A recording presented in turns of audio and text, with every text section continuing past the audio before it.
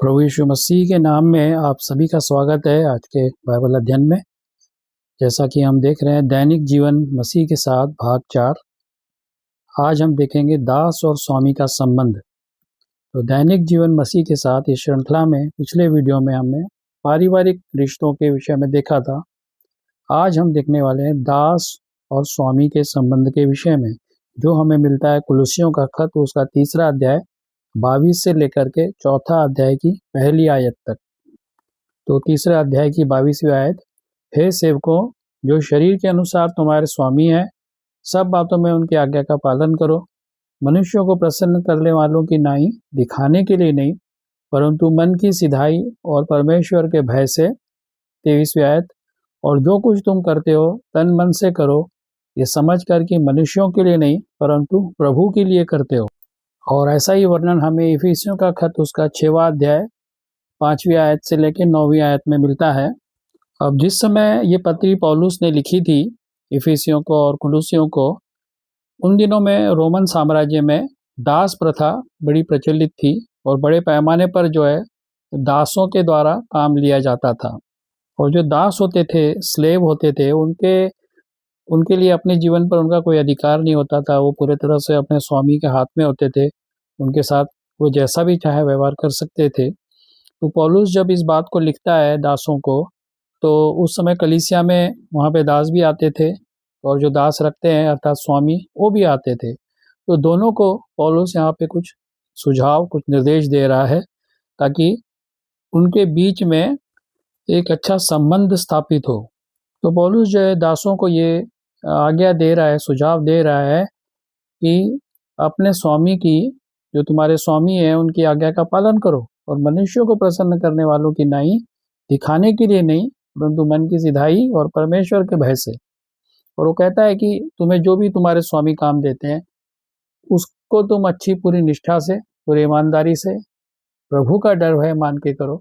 ऐसा नहीं कि जिस समय तुम्हारा स्वामी तुम्हें देख रहा है उसी समय तुम करो और जैसे वो हट जाता है तो फिर वो आप अपने काम को न करो। तो वो चीज़ पौलुस सिखा रहा है उनको कि तुम्हें अपने कार्य को पूरी ईमानदारी के साथ और पूरा, कि प्रभु मुझे देख रहा है, पूरी निष्ठा के साथ कार्य करना चाहिए। और 24वें आयत में लिखा है, क्योंकि तुम जानते हो कि तुम्हें इसके बदले प्रभु से मिरास मिलेगी, तुम प्रभु मसीह की सेवा करते हो। पौलुस जो है उन्हें दासों को यहाँ प्रोत्साहन दे रहा है, उभारता है कि तुम जो ये काम कर रहे हो, प्रभु का जानकर कर रहे हो, तुम प्रभु की सेवा कर रहे हो, तो तुम्हें प्रभु से इसके बदले मिरास मिलेगी। अब ये मिरास क्या है? मिरास का अर्थ है परमेश्वर द्वारा अपने विश्वासियों के लिए स्वर्ग में रखा गया वह अनंत इनाम और आशीष। जैसे हम प्रेरितों के काम उसके 20वें अध्याय और 32वीं आयत में पढ़ते हैं, जहाँ पे लिखा है, और अब मैं तुम्हें परमेश्वर को और उसके अनुग्रह के वचन को सौंप देता हूँ, जो तुम्हारी उन्नति कर सकता है और सब पवित्रों में साझी करके मिरास दे सकता है। अब यहाँ पे पौलुस जो है बता रहा है कि कैसे परमेश्वर से तुम्हें मिरास मिलेगी, वो धन मिलेगा। तो सांसारिक धन नहीं है, ये ईश्वरीय धन है, स्वर्गीय धन है, जो परमेश्वर ने उस पर विश्वास करने वाले, उस विश्वासियों के लिए स्वर्ग में रखा हुआ है, जिसका वर्णन हम पहला पत्र उसका 1 अध्याय 4 आयत से लेके 5वीं आयत में पढ़ते हैं। 25वीं आयत में यूँ लिखा है, क्योंकि जो बुरा करता है वह अपनी बुराई का फल पाएगा, वहाँ किसी का पक्षपात नहीं। पौलुस कहता है कि परमेश्वर जो है वो पक्षपात नहीं करता, वो पक्षपाती नहीं है। तो इसका विवरण हम एक देख सकते हैं, व्यवस्था विवरण उसका 10वां अध्याय 17वीं आयत लिखा है, क्योंकि तुम्हारा परमेश्वर यहोवा वही ईश्वरों का परमेश्वर और प्रभुओं का प्रभु है। वो महान पराक्रमी और भय योग्य ईश्वर है, जो किसी का पक्ष नहीं करता और न घूस लेता है।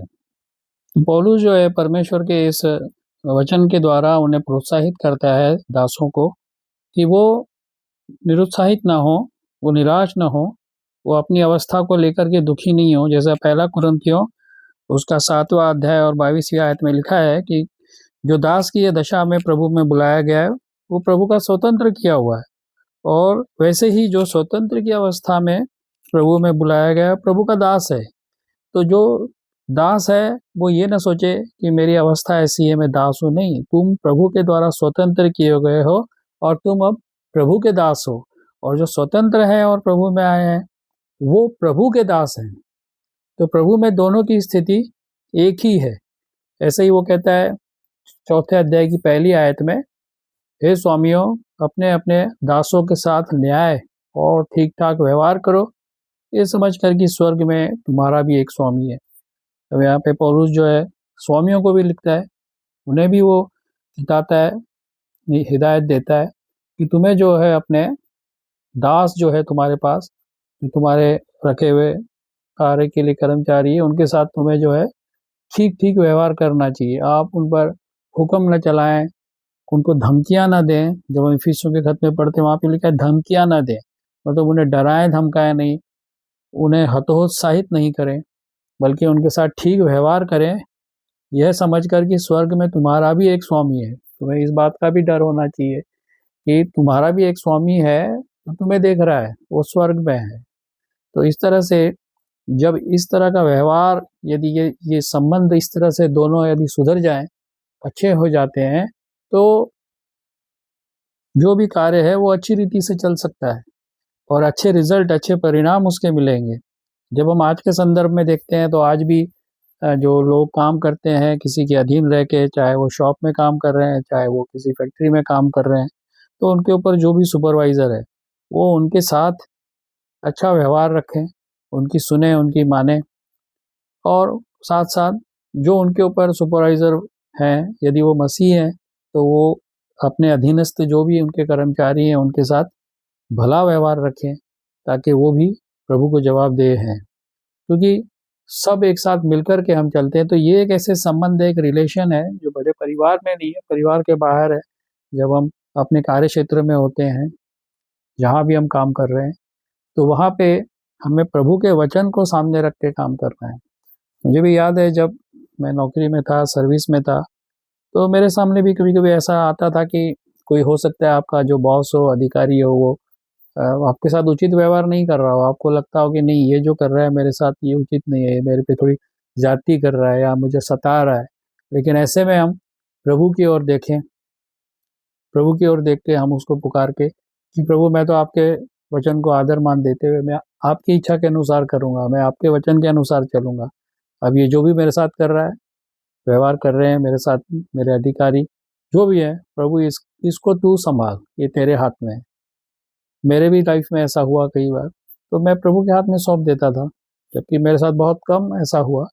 लेकिन जब भी मुझे ऐसा लगा कि नहीं, जब मैं नया नया था तो कई जगहों पे तो मैं उसको प्रभु के हाथ में सौंप देता था, और मैं मेरे काम को, हम अपने काम में अपना ध्यान लगा के करें, यही हमारे लिए सबसे ज़रूरी होता है, ताकि हम प्रभु के उस वचन को मानते हुए हम उसमें बने रहें और इस काम को करते रहें, ताकि हमारे जीवन से प्रभु को महिमा मिले। क्योंकि सबका न्याय करने वाला तो प्रभु है, जैसे लिखा है वहाँ पे किसी का पक्षपात नहीं है। तो प्रभु जो सहायता करे। आगे हम दूसरे और बातों को देखेंगे, आज हम यहीं समाप्त करते हैं। Thank you.